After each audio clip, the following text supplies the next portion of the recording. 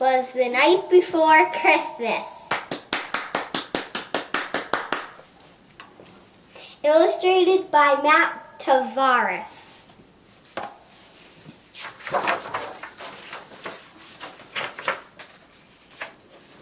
'Twas the night before Christmas when all through the house not a creature was stirring, not even a mouse. The stockings were hung by the chimney with care in hopes that St. Nicholas soon would be there. The children were nestled all snug in their beds, while visions of sugar plums danced in their heads. And Mama in her kerchief and I in my cap had just settled our brains for a long winter's nap.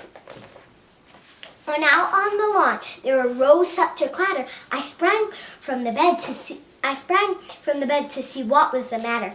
Away through the window I flew like a flash, tore open the shutters and threw up the sash. The moon on the breast of the new fallen snow gave the luster of midday to objects below, when what to my wondering I should appear but a miniature sleigh and 8 tiny reindeer, with a little old driver so lively and quick, I knew in a moment it must be Saint Nick. More rapid than eagles his courses they came, and he whistled and shouted and called them by name. Now Dasher, now Dancer, now Prancer and Vixen, on Comet, on Cupid, on Donder and Blitzen, to the top of the porch, to the top of the wall. Now dash away, all. As dry leaves before the wild hurricane fly, when they meet with an obstacle, mount to the sky.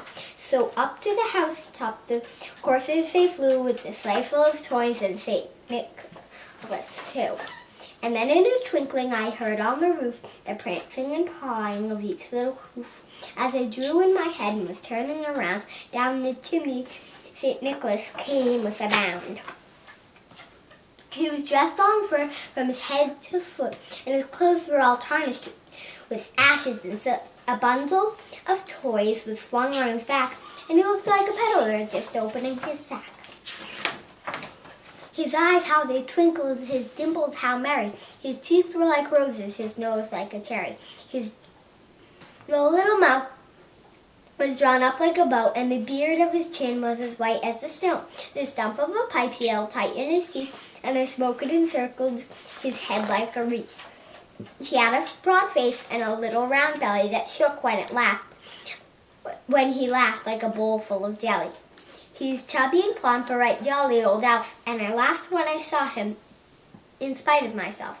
A wink of his eye and a twist of his head soon gave me to know I had nothing to dread. He spoke not a word, but went straight to work, and filled all the stockings. Then he turned with a jerk, and laying his finger aside his nose, and giving a nod up the chimney he rose. He sprung to his sleigh, to his team gave a whistle, and away they all flew like the down of a thistle. But I heard him exclaim, as he drove out of sight, "Happy Christmas to all, and to all a good night." Oh, Hooray! good job, baby. Merry Christmas. Merry Christmas.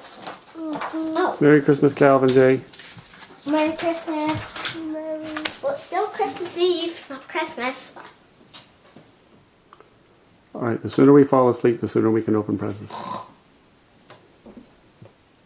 Okay. Shut the